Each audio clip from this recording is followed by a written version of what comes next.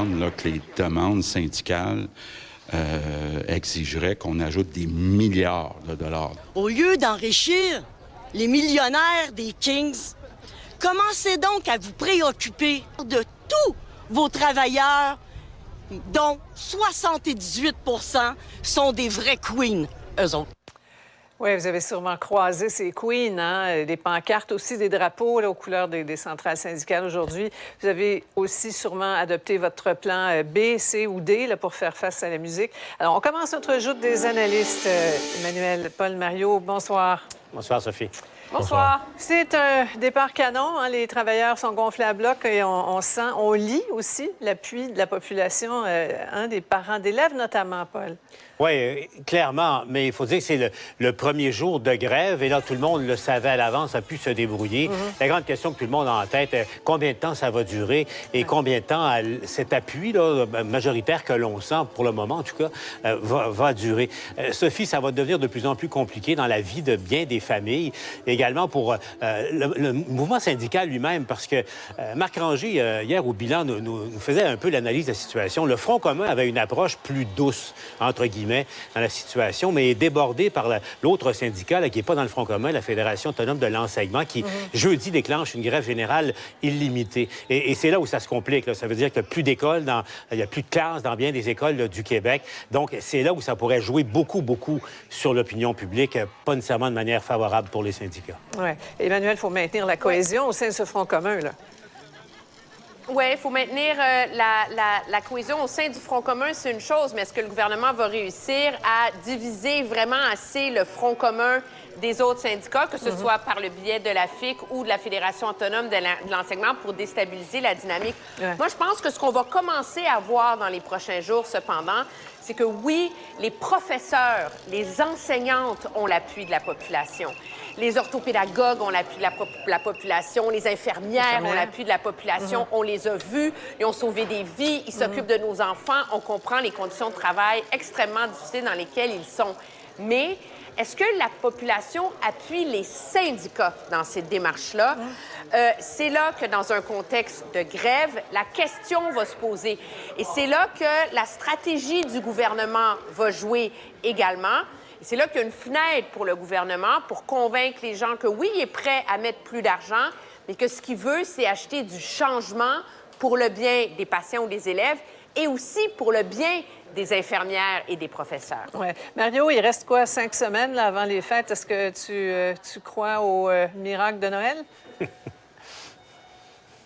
suis pas très optimiste. Il faut voir que les attentes... Parce qu'il y a quelque chose qui vient... C'est un appui sans précédent là, du public et des parents.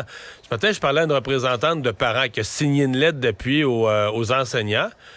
Ben, elle, ce à quoi elle s'attend, là, il n'y a pas d'histoire de négociation. Elle me répond, les enseignants savent ce qui est bon pour l'école, pour les enfants. Donc, ce qu'on doit donner aux enseignants, c'est ce qu'ils demandent, là. Il n'y a pas de notion de négociation. Les enseignants demandent des choses, c'est ce qui est bon, c'est ce qu'on doit leur donner. Alors, tu sais, avant que le gouvernement... Ça donne une idée du niveau des attentes, là, où les gens ont placé leurs attentes dans cette négociation-là. Et bon, il y a eu aujourd'hui, il faut être impressionné, là, très forte mobilisation. Sur les lignes de piquetage, là, c'était pas... Il y avait du monde à matin, puis rendu à 9h30, il en reste 3-4. Là.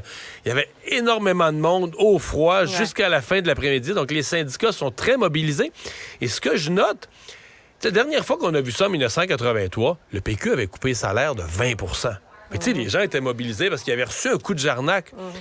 Mais les gens, présentement, sont aussi en colère. Ils sont en colère comme si le gouvernement leur avait coupé une partie de leur paye, puis enlevé des années de retraite, puis enlevé une semaine de vacances. Les gens sont en colère alors que... Je comprends que c'est une colère qui vient du travail, du milieu de travail, des conditions de travail, d'un épuisement des dernières années, mais le gouvernement leur coupe rien. Là. Au contraire, on discute tous ensemble de l'amélioration de leurs conditions. Oui, de ce qu'on a vécu pendant la pandémie. En marge de la grève... C'est une grève du ras-le-bol, en vérité. Oui, exact. Il y a cette subvention des Kings là, de Los Angeles pour remplir le centre Vidéotron pendant une semaine. Le ministre Girard s'est expliqué aujourd'hui. La période de questions a été houleuse. Il y a 2 députés caquistes là, qui sont sortis des rangs pour protester, dont un autre, Éric Girard, là, au Lac-Saint-Jean, qu'on va entendre en même temps que le maire de Québec, là, qui n'est pas plus enthousiaste. Écoutez ça. Moi, je vais répondre au nom de mes citoyens de Lac-Saint-Jean, parce que je représente les citoyens de Lac-Saint-Jean. Puis je peux vous dire qu'il y aurait bien des choses à faire, puis c'est contre les valeurs des citoyens de Lac-Saint-Jean. Moi, j'ai pas envie d'être celui qui, après avoir été laissé il y a 25 ans, espère encore et toujours le retour de son épouse. Puis le maire qui a dressé aussi une liste là, de 55 événements qui auraient pu bénéficier de la subvention. Bref, une décision toujours aussi indigeste pour bien du monde là, et dans les propres rangs, Paul, du gouvernement Legault. Le gouvernement s'enlise, Sophie, c'est clair. Éric Girard donne un peu l'impression, je vous parlais de la semaine dernière, que c'est un bon patineur qui s'est un peu enfargé dans ses lacets. Mais là, aujourd'hui, on a l'impression d'un homme en patin qui s'enfonce dans les sables mouvants, parce que c'est un peu ça. La dissension au sein de sa propre équipe, c'est la première fois que ça arrive. Là. C'est la première fois sur une question comme celle-là. Et un feu nourri là, de tous les partis d'opposition. Le gouvernement est mal pris. C'est encore une fois le symbole que cette subvention représente qui choque, notamment qui alimente la rage là, des syndiqués du secteur public. Est-ce qu'il est en train de compter dans son propre but, Emmanuel? Bien, moi, je vais utiliser une autre analogie sportive que Mario, qui est un fan de football, va comprendre. Monsieur Girard, ça tiendrait son argument qu'on va investir pour faire venir les Nordiques s'il y croyait.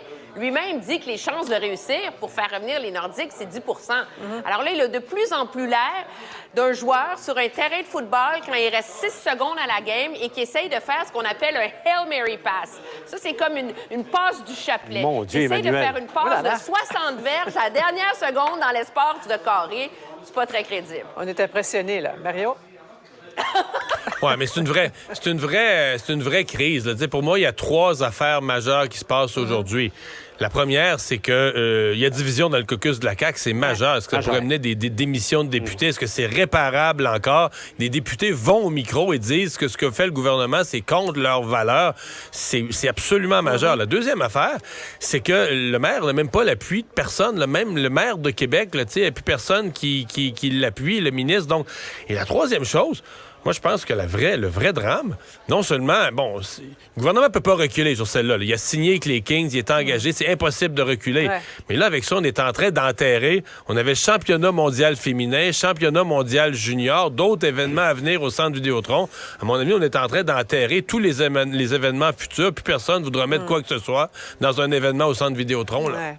On va poursuivre la discussion dans un petit moment et au retour, le mini-budget à Ottawa, où se trouve d'ailleurs Emmanuel, ministre des Finances, qui annonce des déficits plus importants que prévu. Restez... Autrement dit, Cube Radio. Avec moi, notre collègue Florence Lamoureux, qui arrive tout droit du Danemark. Bonjour, Florence. Salut, Mario. Qui arrive du Danemark parce que tu as gagné le projet. Ton projet a été retenu pour la bourse QMI. Donc, pour aller faire un reportage, tu as eu la bourse. Et tu reviens du Danemark. T'as aimé ça? Oui, j'ai aimé ça. Évidemment, je peux pas vous dévoiler mon sujet tout de suite. Vous allez pouvoir le connaître. Non, parce qu'il y aura un reportage à venir. Il y aura vraiment un reportage inédit. Oui, je suis allée faire mes entrevues, rencontrer les gens, mais mon travail n'est pas terminé. Là, je dois... tout réécouter. Rédiger tout ça. Exact. Vous allez pouvoir lire ça là, cet hiver dans les pages du Journal de Montréal, TVA, et peut-être voir ça aussi à LCN. Je peux pas vous dévoiler mon sujet, mais j'ai fait quelques observations, Mario, que je peux vous partager, dont à quel point...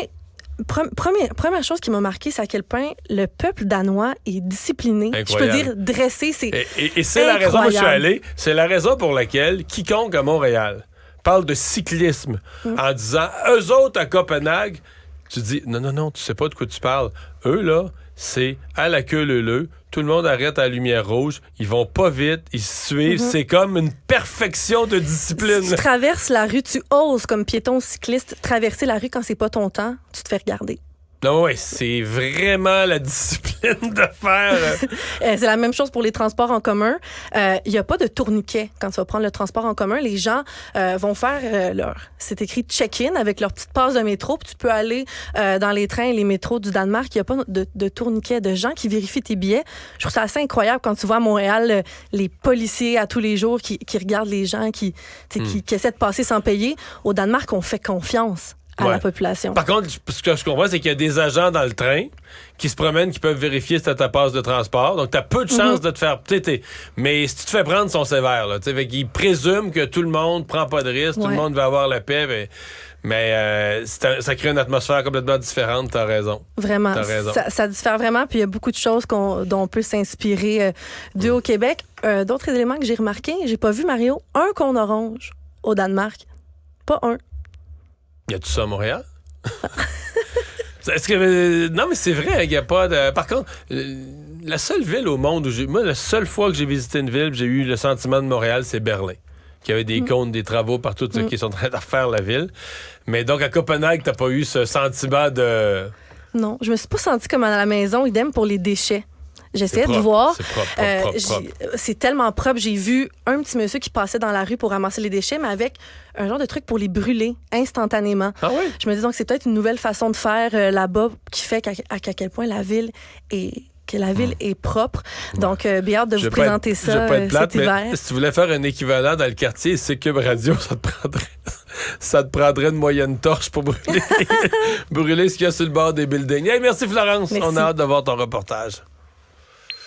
Cube Radio. Une autre vision de l'actualité. Cube Radio. Cube Radio. Cube Radio. En direct à Le dernier LCN. bloc de joute sur cette mise à jour économique toute chaude qui nous arrive d'Ottawa cette fois. Mise à jour d'un gouvernement qui n'a à peu près pas de marge de manœuvre, déficit prévu de 40 milliards, 13 milliards de dépenses, aucun plan pour retrouver l'équilibre budgétaire. Emmanuel, tu retiens quoi de cette mise à jour?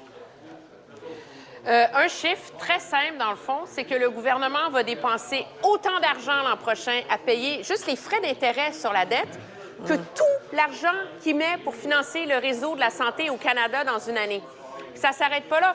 À chaque année, le coût supplémentaire de la dette dans les finances publiques, c'est 6-7 milliards de dollars. C'est l'argent que Québec réclamait pour financer la santé.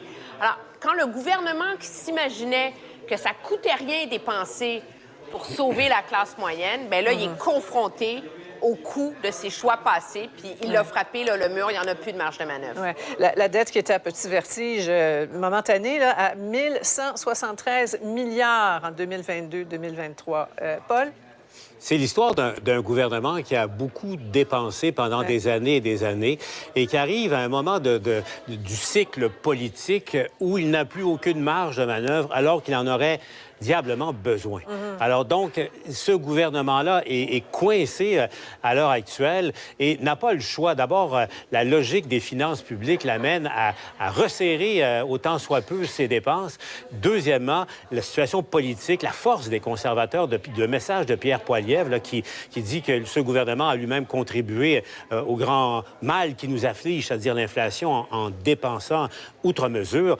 Donc, ce gouvernement n'a pas le choix que d'être un peu plus conservateur au sens large du mot que sa nature profonde. Pas de marge de manœuvre politique, pas de marge de manœuvre financière non plus. C'est pas facile pour le gouvernement Trudeau. Ouais. Et c'est un cadre financier, Mario, qui vraiment est au pied d'argile. Là. Si on tombe en récession, s'il y a quoi que ce soit d'inattendu, ça va être douloureux. On est déjà, quand même, si le cadre s'est resserré comme ça, c'est parce qu'on est déjà dans un fort ralentissement économique et on a revu là, les prévisions économiques, un peu comme Éric Girard l'avait fait pour le Québec. On a revu les prévisions économiques pour l'année 2024 qui deviennent très pessimistes. Là, 0,4 de croissance pour une année. Essentiellement, ce que ça dit, c'est que la ministre des Finances a prévoit que toute la première moitié de l'année 2024, mettez un X dessus, ça ira pas bien. Peut-être un peu de croissance en deuxième moitié de 2024. C'est comme ça que je le lis. Donc, c'est une situation difficile pour le gouvernement parce que, dans le fond, le gouvernement est à un moment où il y aurait besoin de bonnes nouvelles politiques. Puis là, il n'y avait pas une grenaille de marge de manœuvre pour se donner des bonnes nouvelles politiques aujourd'hui là-dedans. La bonne nouvelle de la journée, là, en marge de cette mise à jour-là, c'est l'inflation qui a ralenti à 3,1 Oui, c'est vraiment une bonne nouvelle, là, parce qu'on le sent tous, les économistes le disent aussi, on est sur un fil de fer en ce moment. Et puis, si l'inflation avait continué au même niveau ou augmenté encore, ça aurait sans doute forcé la Banque centrale à encore augmenter son taux directeur. Et là, c'était probablement l'impulsion finale qu'il manque à l'heure actuelle pour nous plonger tous en récession. Ouais. Petite lueur. Oui, et politiquement, c'est à ça que s'accroche le gouvernement Trudeau. En s'imaginant que quelque part en 2024, ça va se mettre à aller mieux et ça va lui donner les moyens de rebondir politiquement. Pas une grosse marge de manœuvre. Ouais. Et du côté du NPD, le programme d'assurance médicaments, Mario, il arrive quoi? Il n'y a rien là-dedans, ils n'ont pas les moyens. Hein? Ben, du côté du NPD, c'est que ça n'a pas grand bon sens, là, ce qu'on vit. C'est que le NPD met finalement un couteau sur la gorge du gouvernement en disant, là, moi, si tu veux que je continue à t'appuyer, il faut que tu fasses telle dépense, d'énormes dépenses, de nouveaux programmes sociaux qui coûtent des milliards, là. De nouveaux programmes d'assurance médicaments, on veut entièrement public, aucune contribution du privé, entièrement gouvernemental. Alors, est-ce que, tu sais, poser la question, est-ce que dans le portrait financier qu'on nous présente aujourd'hui, c'est le temps de se lancer dans des nouvelles dépenses parmi les plus grosses de l'histoire du Canada? Poser la question, c'est y répondre. Donc, le gouvernement est pris entre, politiquement, si je le fais pas, il menace de m'enlever son appui, mais économiquement, si je le fais, j'empire la situation financière du pays. Alors, ça fait partie de l'équation de M. Trudeau, là, qui est compliquée, là. Donc, je vous entends, mise à jour économique qui ne passera pas à l'histoire. Merci infiniment. On se retrouve demain. Au revoir. Cube Radio. Une autre vision de l'actualité. Voilà, c'est la fin de l'émission d'aujourd'hui. Merci d'avoir passé ces 2 heures avec nous. Je vous donne rendez-vous demain 15h30. Cet épisode est maintenant disponible en balado et vidéo sur la plateforme Cube, via l'application ou le site cubradio.ca.